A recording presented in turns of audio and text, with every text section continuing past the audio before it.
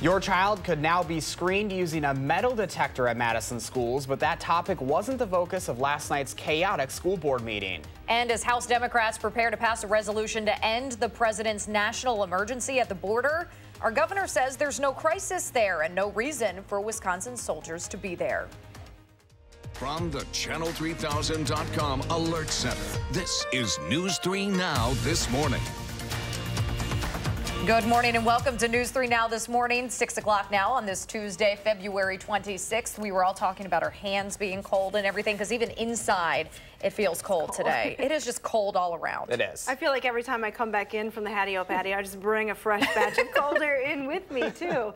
It is pretty chilly outside this morning. We have just a few flurries right now, but it is an alert day along with tomorrow for some light snow that we're expecting a little bit later on. Let's take a look at those weather graphics this morning, show you what to expect through the day today.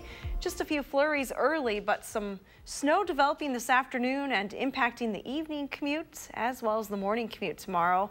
There is the potential for a little bit of freezing drizzle to mix in early tomorrow, mainly along the state line areas. Total accumulation 1 to 3 inches. Those higher amounts are where winter weather advisories will be going into effect later on this afternoon. That's areas north and east of Dane County. They start at 5 p.m. this evening. Here's a look at Doppler track this morning. Just a few flurries, as I mentioned, nothing accumulating right now. The heavier snow is back to the north and west, trying to move into western Minnesota as we speak. Now here's a look at our temperature trend through the day. Technically, it's going to be warmer than it was yesterday, but not by much. Temperatures will climb into the upper teens this afternoon. Now here's a look at your first alert traffic maps early this morning. Things have been quiet so far, but we are starting to see some increased volume on Stoughton Road as well as Highway 151 into Madison. Looks like there are some delays there.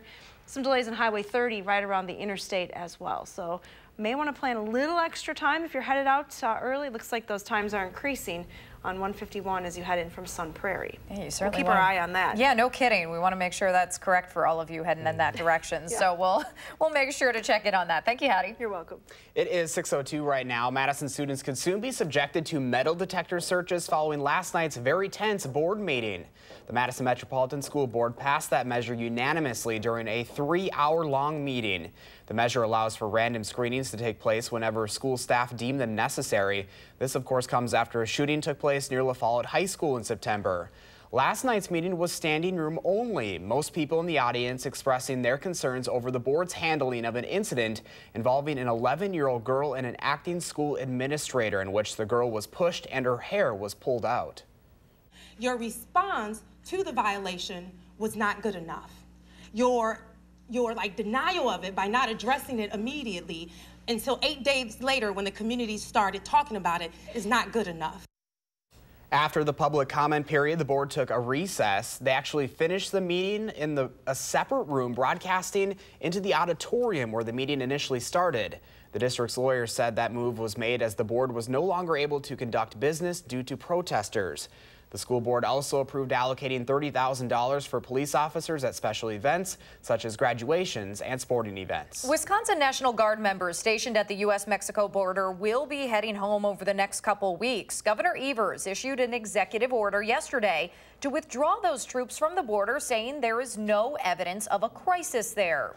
Before President Trump declared a national emergency to secure funding for his wall, he issued an order to send National Guard troops from all over the country to the border to support federal agents there. Former Governor Scott Walker ordered about 112 soldiers to serve in Arizona last June as a result. Now, Governor Evers says, quote, there is no justification for the ongoing presence of Wisconsin National Guard personnel at the border. In response, U.S. Senator Ron Johnson says Wisconsin troops are playing a valued role in securing the borders. Assembly Speaker Robin Vos says the decision is based on political ideology and is not what is best for the country. Meanwhile, on Capitol Hill today, House Democrats are expected to pass a resolution to repeal President Trump's national emergency declaration over border wall funding. Democrats have said the move is unconstitutional. Yesterday, Nancy Pelosi urged Republicans to get on board with the resolution. Many of them urged the president not to declare a national emergency in the first place. A leading Democrat against the declaration says this is not about politics or partisanship. It's about patriotism. New this morning out of Rock County, the YMCA of Northern Rock County has 3 new directors after community members say leaders weren't being transparent about the nonprofit's finances. The Janesville Gazette reports those new directors were appointed last night as an internal investigation into the previous leadership continues. Some Y members believe those old leaders operated outside the organization's bylaws after dismissing directors and members who questioned their financial practices. 5 minutes past the hour right now, and if you haven't slipped or slid on the ice the past couple of weeks, we envy you. Yeah, I'm clumsy enough without the ice. I don't need it to make me feel any worse. It feels like this weather is making Madison one big ice rink, and we all know that even just a little bit of snow can make things really slippery out there. Jamie Perez is sliding on some west side sidewalks this morning, working hard with more. Hi, Jamie. Hey guys, so I am a California girl. I'm not used to this ice at all or working this hard to get the sidewalk clear, but this is kind of what you have to do to keep people like me from face planting and embarrassing themselves. And actually, our producer this morning was making fun of us because this is actually not supposed to be used to scrape ice off the sidewalks. He said that if you are familiar with farms, this is used to scrape excrements from animals, but we're going to use it all the same. It's fine. It works all the same. We actually need more people to chip away the ice off sidewalks like this, and we actually spoke to a man yesterday who spends his mornings doing just this on snowy, cold weather mornings. Dave here is a property owner and says he comes out more than he would like to chip away at the ice in front of his downtown building. It's not something that he wants to do, more just something that he has to do. And like plenty of other people, he's tired of this endless cycle. They're bad. I mean, we keep getting these thaws and freezes, and it's not just a freeze, but a deep freeze. And so it goes from melting to can't get it off the pavement in the blink of an eye, and it makes it very hard to react. When he says this weather makes it hard to react, he's talking about the ticket that he got for not getting the ice and snow removed from his property soon enough. So just a reminder that the city will fine you if you don't clear the entire sidewalk by noon the day after it stops snowing. So in situations like this, when you're just working too hard to get this ice off, it actually makes it easier if you think ahead of time and you put some snow melt, ice, and sand, making it easier to not have so much ice accumulate on the sidewalk and work as hard as I am now as a poor, pathetic California girl trying to do this. Back to you guys in studio. Hey, whatever works, and I'm guessing this is probably waking you up a little bit out there this morning. Yeah, you know, it's actually giving me my exercise for the day, so I don't have to go to the gym and work out. I'm getting a good arm workout now, and it is helping me warm up. You're very correct. All right, Jamie, thank you so much. 6:07 right now, and we are hearing from some of the survivors of a more than 100 car pileup as authorities release the name of the man who died over the weekend. That man has been identified as 30-year-old Andrew Schelfecker of Oshkosh. He was a science teacher at the Iola Scandinavia School District. Another 71 people were injured in that crash on I-41 near Neenah on Sunday. This is thought to be the largest crash in state history. 131 vehicles were involved in all. Now, Nicole, Adrian, and Susan Bruger were headed back to Platteville when they got caught in the middle of it. When they removed those two vehicles and then came to my side of the door, a fireman had said, "There's two people in here and they're still alive." And we figured the car looked bad. But that is probably a surreal moment that I'll probably never forget. Nicole and Susan say they actually watched other people get out of their cars and walk around as the crash was still happening. The Winnebago sheriff believes the man who died did leave his car before he was killed.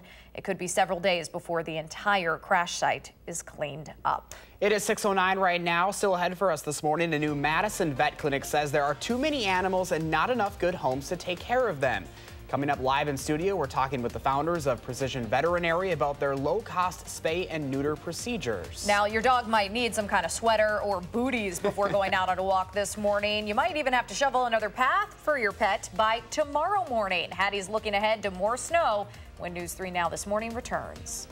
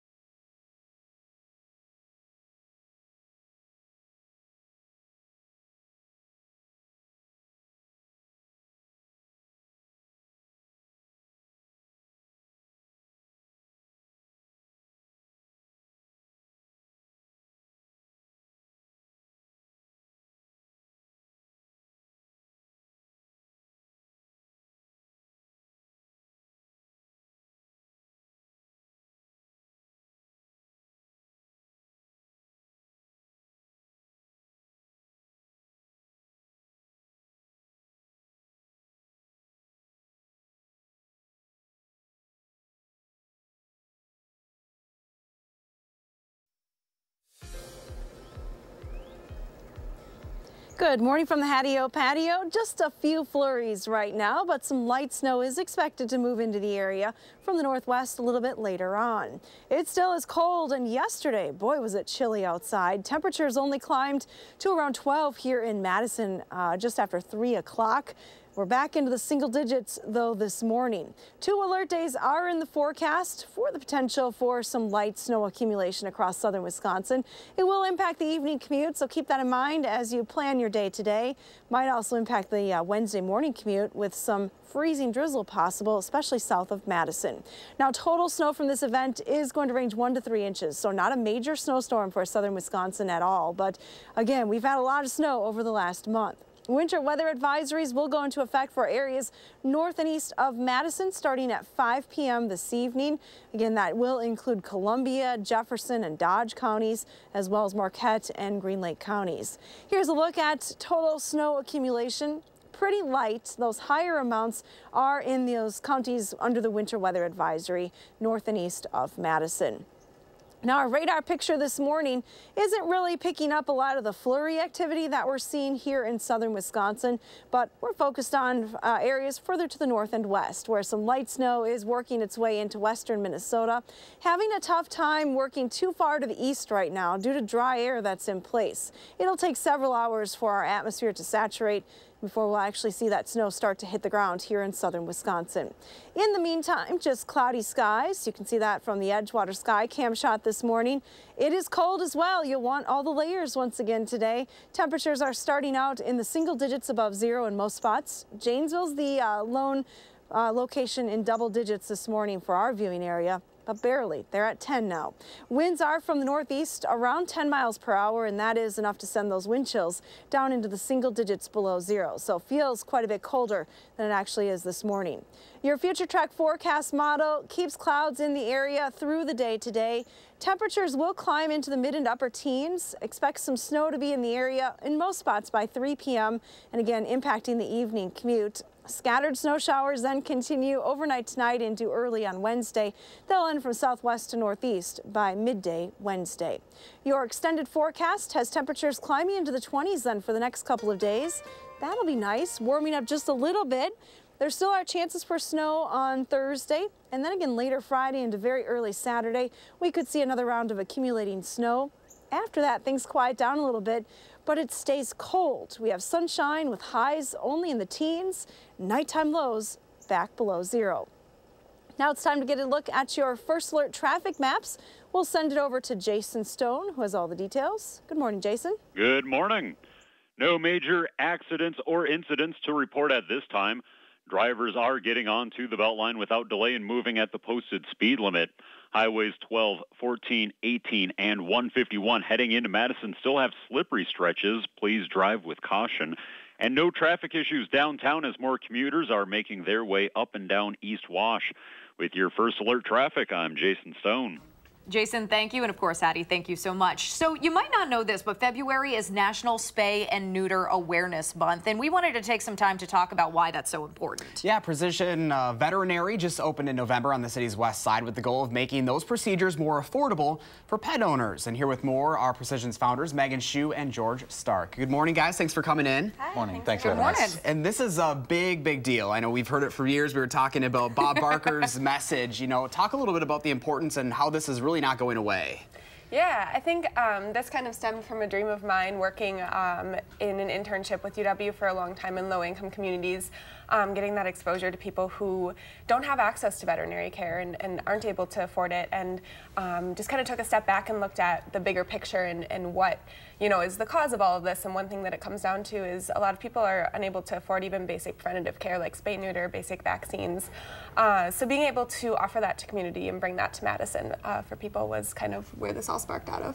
Right. What kind of issues do you guys see from the lack of awareness and knowledge in this issue? Because it does seem pretty simple to do, but obviously not everybody's doing it.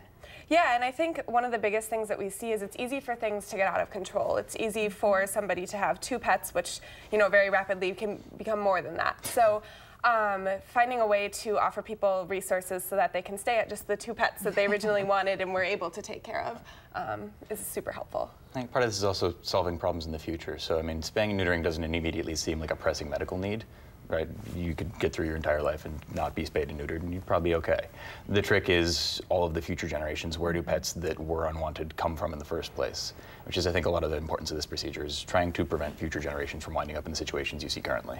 Do you think some of the concerns come down to trust? You know, I know I was growing up with dogs, cats. It was always like, you don't want to bring them in because it's just always that fear of just not knowing what you're gonna, you know, come across going into the vet. Yeah, and I think that's, you know, especially a concern when we're talking about trying to reach communities that haven't traditionally spayed or neutered and have seen their pet be fine. You know, being able to reach out and let people know that, you know, we're doing things as safely and efficiently as possible, trying to reduce anesthetic time, and overall just really, really paying attention to their pet on an individual level and trying to make things as safe as possible. I think a lot of people just overestimate the impact this actually has on their pet's life in terms of the amount of discomfort they're going to experience, what kind of changes are going to happen. And most people are really surprised when we bring their dog out at the end of the day and he's just wagging his tail running around. Having fun. Sure. Be awake. Yeah, let's make sure we give folks the information about your guys' clinic here. $60 for cats, $120 for dogs, and you can find more information at precisionveterinary.com. You're over on Odana Road, and you've been over there for a few months now. Things going pretty well. Yep.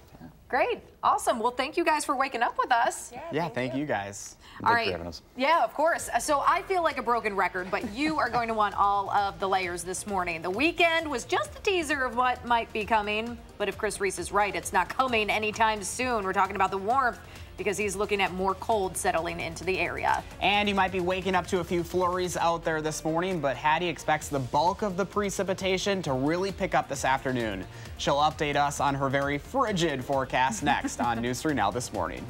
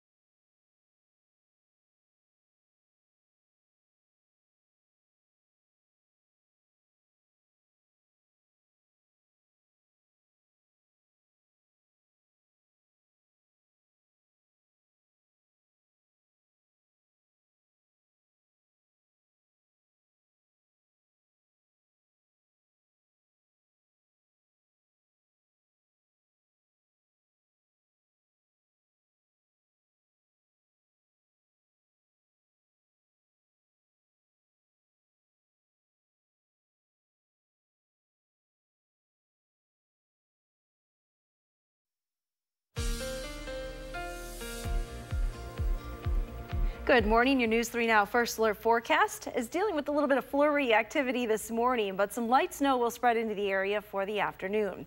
Take a look at your current temperature readings. We're in the single digits this morning in most locations. 6 here in Madison, just 3 in the Dells, 9 in Mineral Point, and 7 in Platteville. When you factor in a northeasterly wind, though, it feels like it's the single digits below zero. So bundle up the kiddos as they head to the bus stop this morning. Temperatures are going to be a little bit warmer than they were yesterday, but not much. Highs will be around 18, and a pretty good chance that you'll see some light snow start to fall as you pick the kids up from school or the bus drops them off back at home. And with that snow on the ground, Chris, things are quite cold outside. You look a little chilly in the patio. It is cold. I'm curious what the grass looks like at this point because I don't think I remember anymore. But we've had this snow on the ground for quite a while. And while a lot of us would love to see a warm up, the problem is snow on the ground actually keeps things colder. In fact, I'm going to go ahead and show you that. Let's start out with just the snow depth across the upper Midwest. Do you see where that snow depth is from Chicago down to Kansas City and Wichita and back to the north and west? It is it's an ever-increasing snow depth across the upper Midwest. But that's also where we see the cold temperatures. Chicago at 13, Kansas City at 19, Wichita at 24. But once you get over that snowpack, it gets cold quickly. Single digits and below zero temperatures as well. International Falls at 30 degrees below zero. This is because that snowpack is actually working to keep those temperatures a lot colder across this part of the country.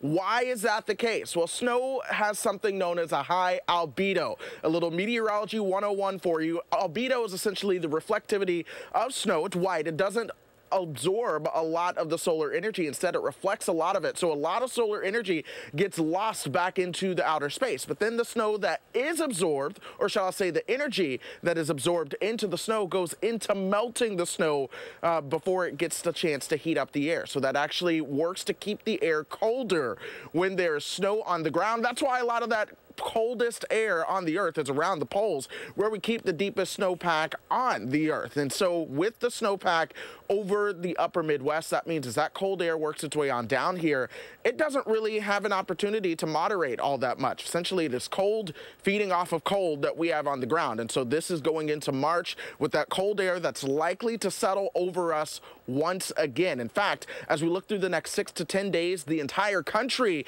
likely to be in the freezer. But as we go through the next 8 to 14 days, the upper Midwest really does have a solid chance at staying below normal when it comes to temperatures. We're talking perhaps 10 to 20 degrees below normal for afternoon highs, which are typically in the 30s this time of the year. So we're talking teens and 20s for our highs. So it is going to be a while before we truly get some spring-like temperatures. In the meantime, I think it boils down to melting the snow before we can truly get a warm-up. Looking at that map, I think we need to plan a trip either to southern Florida, southern New Mexico, Arizona. We're gone. Get us out of here. Arizona seemed nice lately, but I've got some friends down there, and it's been snowing there too. Right. So it's almost like nowhere is safe. Where's Leah? Isn't she in Cuba right now? Yeah, she's on a beach, and it's plenty sunny. Absolutely. We won't even go there. Thank you, Chris. My pleasure. All right, it is just about 6:26 this morning. The man famous by a Netflix documentary series has a chance to appeal his life sentence for a 2015 murder charge. We'll have the latest on that. And after a long battle with neighbors, a Madison high school hopes the city lets them upgrade the football stadium so teams can finally play under the Friday night lights. That's next on News 3 Now this morning.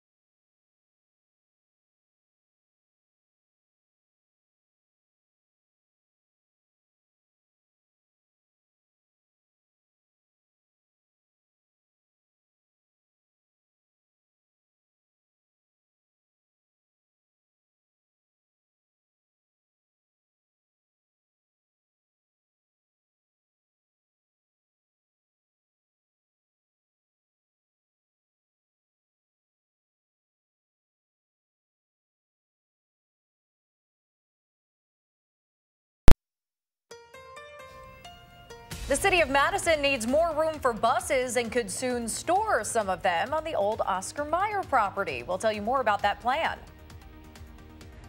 And if you're anything like me, you have been slipping and sliding your way through this winter. How one man is dealing with these conditions coming up in just a bit.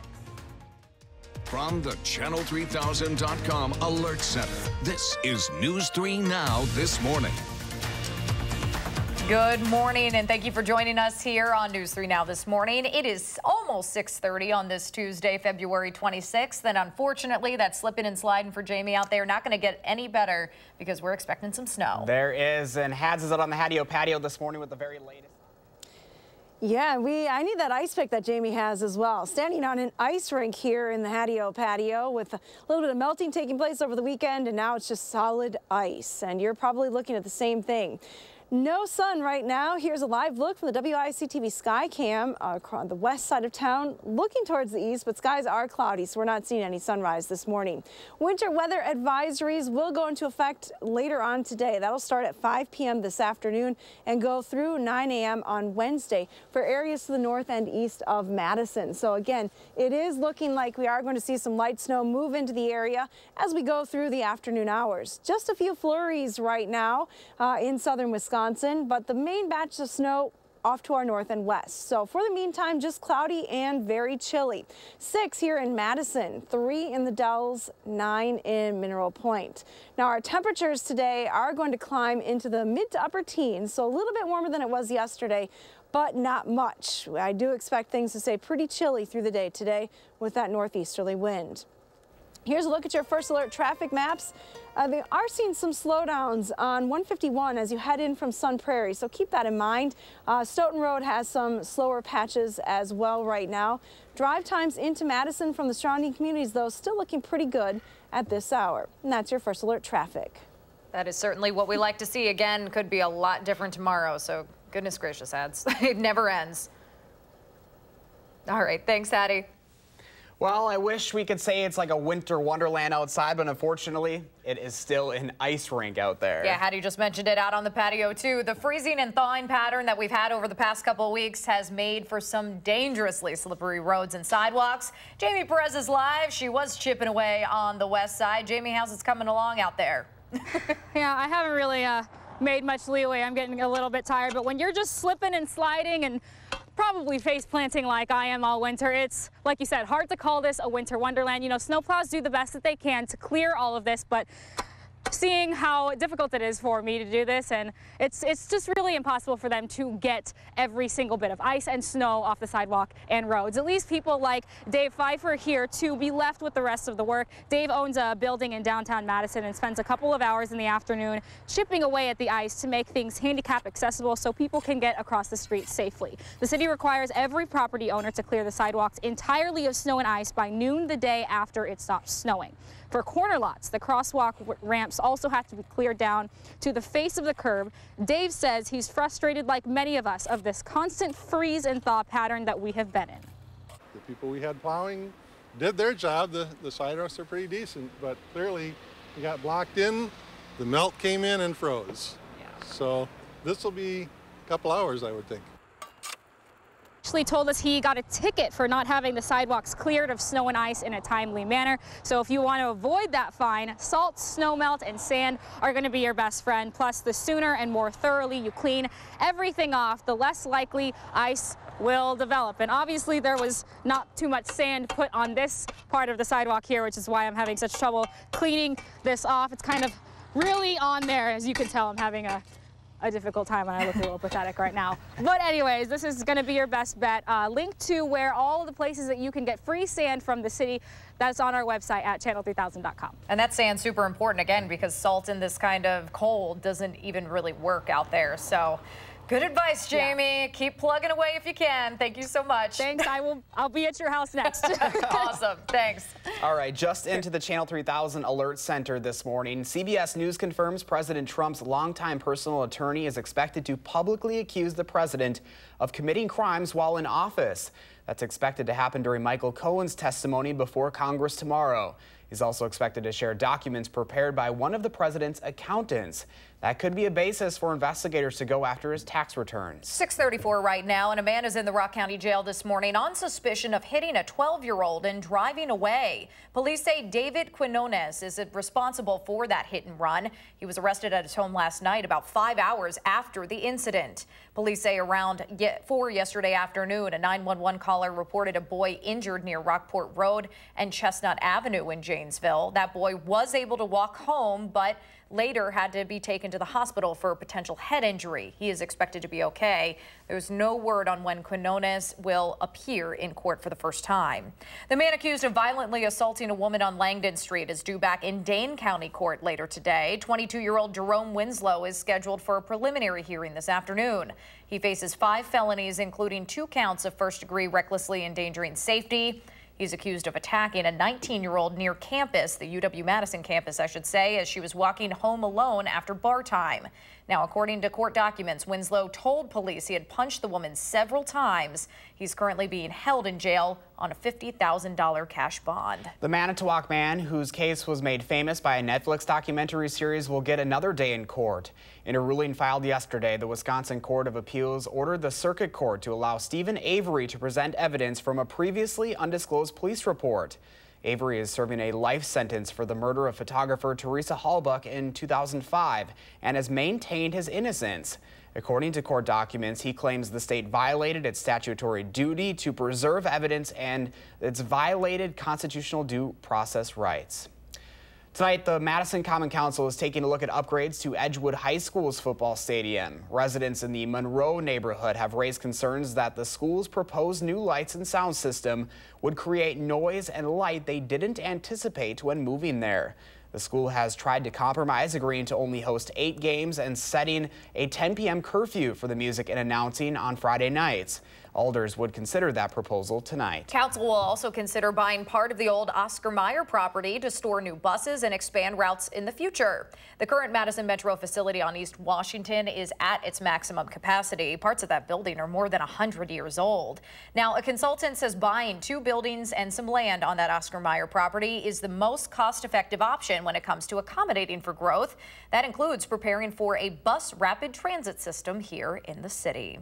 All right, it's almost 6:37 right now, and there's another company looking at plans for a solar farm here in Wisconsin. We'll share the location they are eyeing up in the morning sprint. And you rah, Wisconsin. There's a cool opportunity to recognize a store that's been hooking us up with all of the best Badgers gear for 125 years.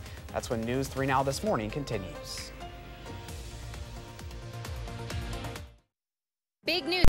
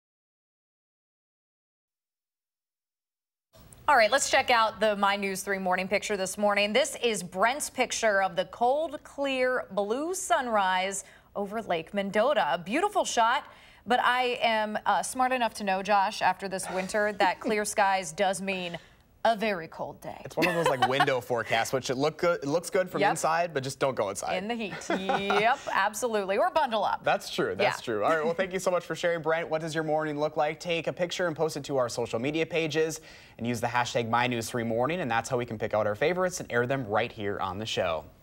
The Badgers men's basketball team is hoping to take home another win tonight in Indiana after a win over Northwestern over the weekend. And if you're in need of some fresh swag to cheer them on, you are in luck. The University Bookstore is celebrating its 125th year serving the Madison community. They sent us over these historical photos from the original State Street store that used to be called the University Cooperative Company. Today, the bookstore is having a sale on Badgers gear at all locations, including the State Street and Hilldale Mall stores. The owners say there will also be treats and giveaways as a thank you for the community's support and loyalty over the years. Speaking of sports, tonight's Prep Mania Game of the Week takes us to Lodi as the WIAA boys basketball tournament begins. We have River Valley and Lodi fighting it out in that Division III matchup. Jay Wilson and John Boyle will have the call for the Blackhawks and Blue Devils on channel3000.com starting at 7 o'clock tonight. It is 6:41 this morning, and we have another winter weather advisory that will start around quitting time today, running through tomorrow morning's commute. But before those few inches of snow and some freezing drizzle, it's really cold out there this morning. Hattie's got her furry hat, gloves, scarf, and whatever else she can layer on for her forecast next. But first, if you have a kid turning 3 soon, please let us know so we can show their picture on TV and celebrate. News 3 Now This Morning is back after this.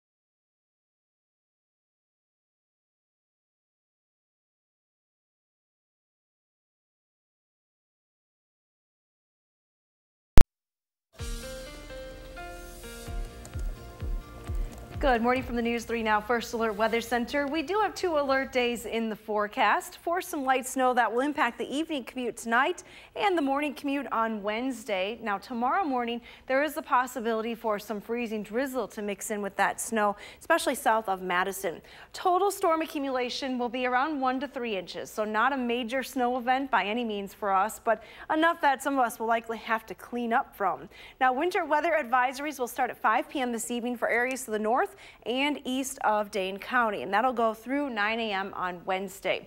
The storm should wind down pretty quickly on Wednesday. Take a look at GFS Future Track Forecast Model. Starting this afternoon at 1, you see just some light snow starting to spread into parts of west central Wisconsin, but by 5 p.m., pretty good bet that you're seeing some snowflakes flying across most of southern Wisconsin. Snow continues through the evening, but will wind down from southwest to northeast on Wednesday morning rather quickly. Temperatures, though, will actually get into the 20s tomorrow. Here's a look at the model forecast precipitation amounts. Lightest in the southwestern corner of the state, where just up to an inch is expected. Those amounts do increase as you go north and east of Madison, where 2 to 3 inches will be possible from the Dells and points to the north and east. Now here in Madison, again, pretty light snow event. We are seeing a few flurries early this morning. Main batches of snow, though, off to the north and west, having a tough time working its way eastward this morning due to dry air that's in place across much of the Badger State. It'll take several hours for the atmosphere to saturate, and then we'll start to see that snow this afternoon. Now our temperatures early this morning, a lot of single digits on the map, especially to the north. 4 in La Crosse, 2 below in Eau Claire right now. Superior, 12 degrees below zero. It's only part of the story. Winds make it feel even colder. Here's a look at southern Wisconsin. Most of us are in the single digits above zero this morning, not seeing any negative numbers on the map. But again, a northeasterly wind right around 10 miles an hour is making it feel even colder. Wind chills are in the single digits below zero. You see the negative numbers on the map this morning, climbing into the single digits at least above zero through the afternoon hours. Now here's a look at your future track forecast model if you want to time out that snow a little bit more precisely here in southern Wisconsin. If you have travel plans over the lunch hour, looking pretty good. Not expecting much in the way of snow by then, but by 3 o'clock, things start to fill in with that snow spreading into southern Wisconsin. There you see the high temperatures for the day in the mid to upper teens. Light snow continues then on and off through the evening into the overnight hours, but again comes to an end pretty quickly on Wednesday morning. It'll move out to the north and east. Your extended forecast then has temperatures that will be a little warmer for the rest of the week. We're at least in the 20s for highs. Light chances for snow on Thursday, and then again later Friday into Saturday. There's a potential storm that could bring some accumulating snow. After that, pretty darn cold around here with highs in the teens, but quieter. We have lots of sunshine in that extended forecast. Can we all go? Yes. How zen is this? Oh my gosh. Smoky in Madison. I wish I could be like that this morning. I know. Best catnap ever. That looks real comfy. Must be nice, Smokey. Must be nice. The life of a house cat. There you go. Sometimes real tough. All right, Heads, thank you. Stay with us. The Morning Sprint is up next on News 3 Now this morning.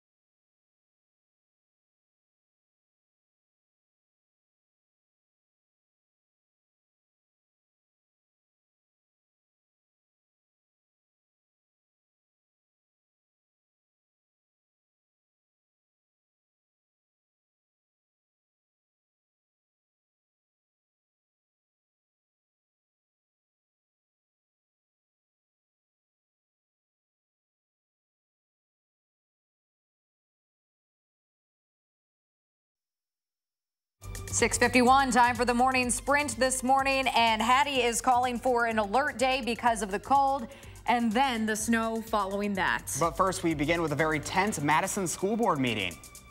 This school board cannot keep order in its own meeting, managing the chaos in the classroom.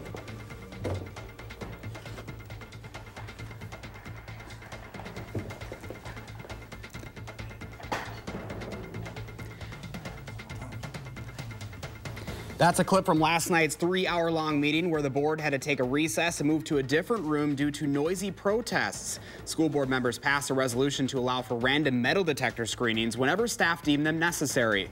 But most people in the audience were expressing concern over the board's handling of an incident where a school administrator pushed a girl and pulled out her hair. And winter weather advisories will go into effect starting at 5 p.m. for areas north and east of Madison. That does include some areas in our viewing area later on today. Some light snow is expected to spread in this afternoon. Accumulations generally on the light side, 1 to 3 inches. Lightest amounts south and west of Madison, higher amounts to the north and east by Wednesday morning. And it is an icy mess pretty much everywhere you go. That's why I'm been chipping away at this sidewalk, and things aren't looking to get much better, especially with more snow on the way. That's right, sorry to be the bearer of bad news. In the meantime, you can be like Dave Pfeiffer here and chip away at it yourself, or put down plenty of sand. If the snow stops before midnight, you'll have until noon tomorrow to clear the width of your sidewalk. If it does not stop until after midnight, you'll have until noon on Thursday. But with all of the ice already on the sidewalks, you probably don't want to wait that long. The city says it's probably a good idea to put plenty of sand down before you leave for work today, because even a little bit of snow on top of ice can make things dangerous. So if you don't have any sand to use, you can get it for free at 14 spots across the city. We knew by every car that had hit us and where we were at that my vehicle was not going to look very good. We knew that we were very lucky to be able to walk away. Susan Bruger and Nicole Adrian are expressing that gratitude after they were involved in a 131-car pileup on I-41 Sunday afternoon. That's thought to be the largest crash in state history. The man who died in the crash is identified as 30-year-old Andrew Schelfecker, of a science teacher, that is, for the Iola Scandinavia School District. Investigators believe he left his car before he was killed. Wisconsin National Guard members stationed at the U.S.-Mexico border will be heading home over the next couple of weeks. Governor Evers issued an executive order yesterday to withdraw those troops from the border, saying there's no evidence of a crisis. Before President Trump declared a national emergency to secure funding for a wall, he issued an order to send National Guard troops from all over the country to the border to support federal agents. Meanwhile, back in Washington, House Democrats are expected to pass a resolution to repeal President Trump's national emergency declaration at the U.S.-Mexico border. The president declared that emergency after Congress refused to budget billions of dollars for a border wall in the latest spending bill. Attorneys general from 16 states are currently suing the president, saying it's questioning the constitutionality of that declaration. CBS News confirms President Trump's longtime personal attorney is expected to publicly accuse the president of committing crimes while in office. That's expected to happen during Michael Cohen's testimony before Congress tomorrow. He's also expected to share documents prepared by one of the president's accountants showing the president may have engaged in tax fraud. Meanwhile, the president and North Korean leader Kim Jong-un are set to start their second summit in Vietnam. The president says his main goals continue to be denuclearization of the Korean peninsula, but he says there's no rush as long as North Korea isn't actively testing weapons. Kim Jong-un and President Trump are expected to have a private meeting at some point during that summit. George Pell is a monster, a freak. He has to be jailed. No home detention, none of this pathetic, weak justice. That's one of the victims of the Vatican's top financial advisor, George Pell, who has been convicted of 5 charges of sexually abusing 13-year-old choir boys in Australia. Those crimes happened more than 2 decades ago. The conviction happened back in December, but a gag order forbidding journalists from reporting it was just lifted. This morning, the Vatican is responded, saying Pell has the right to defend himself, but the conviction is still painful. Pell's sentencing hearing starts tomorrow. Back in Madison, the city is considering buying part of the old Oscar Mayer property to store new buses and expand routes in the future. That includes plans for a bus rapid transit system here. The current Madison Metro facility on East Washington is at maximum capacity right now. A consultant says buying the property is the most cost-effective option when it comes to accommodating for public transit growth. A New York solar company is considering creating a 600 to 700 acre solar farm in the town of of Whitewater. The Janesville Gazette reports the company Ranger Power hopes to lease the land for 25 years. It would produce less than 100 megawatts of electricity, meaning Walworth County would have the authority to regulate the farm. This comes as other solar farms are being considered for the town of Darien and Iowa County, which would become the biggest in the Midwest. 6:57 right now. Let's turn it over to Jason Stone with one more check on traffic. Hi, Jason. Hello. The Beltline interchanges are mostly clear and drivers are moving at the posted speed limit on the Beltline. Volume increasing on Verona Road between Highway PD and the Beltline. We have no issues on John Nolan right now, and just reported a disabled vehicle on I-94 West is blocking the left shoulder and causing minor delays after the Highway 73 exit. With your first alert traffic, I am Jason Stone. Thank you, Jason. It's a cloudy start this morning across southern Wisconsin. Light snow is expected to move in for the afternoon, and it will impact the evening commute, so plan ahead. It might be a little tougher to get home from work tonight. Snow starts around 2 to 3 o'clock here in Madison, with highs reaching the upper teens. Today and tomorrow are alert days. Yikes. All right, make it a great day, everyone. Thanks for joining us.